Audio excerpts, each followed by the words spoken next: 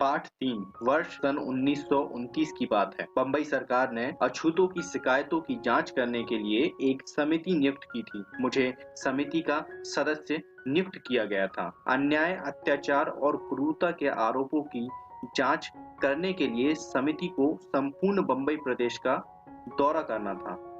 समिति का विभाजन कर दिया गया। मुझे तथा एक अन्य सदस्य को खानदेश के 2 जिले दिए गए। मैं और मेरा साथी अपना काम समाप्त करने के बाद अलग हो गए। वह किसी हिंदू साधु से मिलने चला गया। मैं रेल से बम्बई चला गया। मैं 40 गांव में धुलिया लाइन पर एक गांव में एक सामाजिक बहिष्कार के मामले की जांच करने के लिए उतर गया, जहां के स्वर्णों ने अछूतों के विरुद्ध सामाजिक बहिष्कार की घोषणा कर रखी थी। 40 गांव के अछूत स्टेशन पर आए और उन्होंने मुझसे रात को उनके साथ ठहरने का निवेदन किया। मेरी मूल योजना यह थी कि मैं इस सामाजिक बहिष्कार के मामले की जांच करने के बाद सीधा बम्बई जाऊंगा, परंतु उन्होंने बहुत आग्रह किया। मैं रात को वहां ठहरने के लिए राजी हो गया।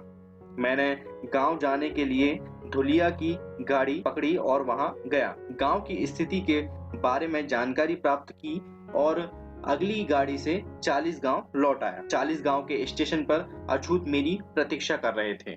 मुझे हार डाले गए। महारवाड़ा अछूतों की बस्ती रेलवे स्टेशन से कोई 2 मील दूर है और वहां पहुंचने के लिए एक नदी पार करनी पड़ती है, जिस पर एक पुलिया बनी हुई है। स्टेशन पर कई तांगे उपलब्ध थे। स्टेशन से महारवाड़ा पैदल भी जा सकते थे। मुझे आशा थी कि मुझे शीघ्र ही महारवाड़ा ले जाया जाएगा, लेकिन उस ओर कोई नहीं जा रहा था और मैं नहीं समझ पाया कि मुझे क्यों इंतजार करवाया जा रहा है। करीब 1 घंटे के बाद एक तांगा प्लेटफॉर्म के पास आकर रुका और मैं उसमें बैठ गया।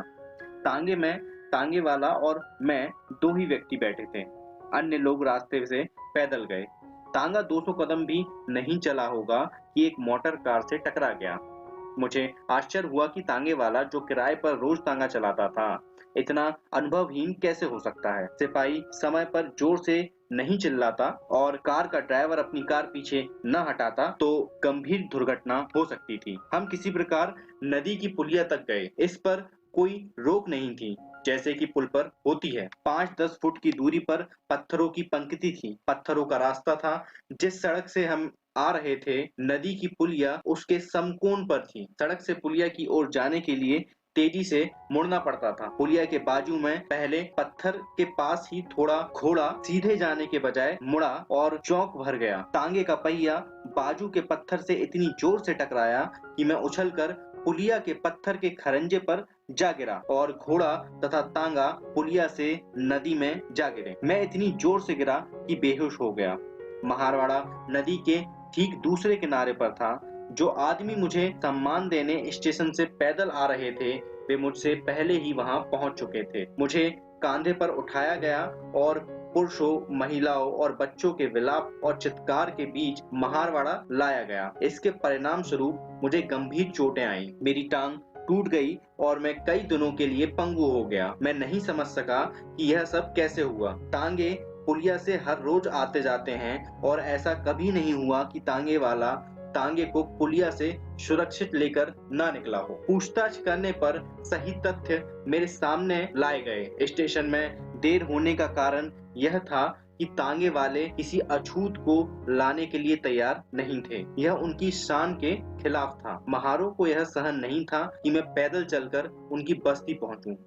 उन्होंने सोचा कि यह मेरे लिए गरिमामय नहीं होगा, इसलिए एक समझौता हुआ। समझौता यह हुआ कि तांगे का मालिक तांगा किराए पर देगा, किंतु चलाएगा नहीं। महार तांगा ले सकते हैं, लेकिन चलाने का इंतजाम खुद करेंगे। महारों ने इसे सही समाधान समझा, लेकिन वे यह भूल गए कि यात्री की सुरक्षा उसके प्रति आदर दिखाने से ज्यादा जरूरी है। यदि उन्होंने ऐसा सोचा होता तो वे मुझे गंतव्य स्थान पर सुरक्षित ले जाने के लिए तांगे वाले का प्रबंध करने की बात पर विचार करते। तथ्य यह है कि महारों में से कोई भी तांगा चलाना नहीं जानता था, क्योंकि वह उनका पेशा नहीं था। इसलिए उन्होंने अपने लोगों में से बीच में से ही किसी को तांगा चलाने को कहा। उस व्यक्ति ने लगाम अपने हाथ में ली और यह सोचने लगा कि इसमें क्या कठिनाई है।